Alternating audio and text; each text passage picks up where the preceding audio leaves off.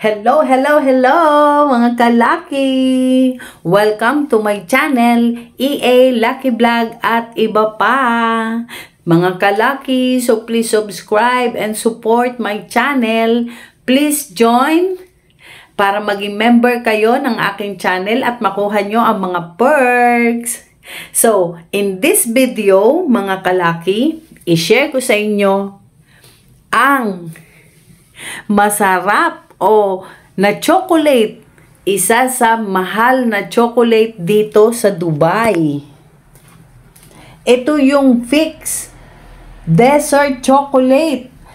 Grabe ang sarap at ang flavor niya ay ang Biscoff. Ang sarap niya, kakaiba, merong lutong na malalasahan mo. Alam nyo ba?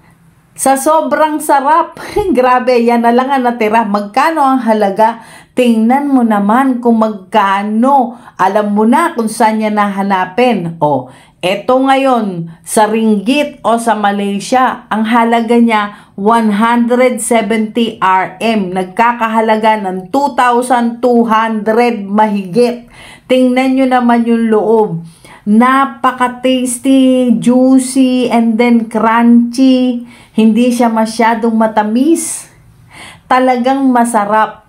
Talagang, maski ikaw sulit yung presyo na 2,200 sa pagkakabili mo. Diba? Pero buti na lang, ako, natikman namin yan, regalo lang. Ayan. So, ito ngayon, pakita ko sa inyo yung aking voice message. Yung isa sa pinakamahal na chocolate ng Dubai. Diba? So, ito, niregalo lang. Ito nga, uubos na. Bago maubos ng tuluyan dahil sa sobrang sarap. Ipapakita ko na sa inyo. Diba? So, ito yung Fix Chocolatier Biscuit. Okay? Grabe. Ang sarap naman pala talaga. Parang may biscuit siya sa gitna na napakalutong. Kakaiba. Tapos yung lasa niya,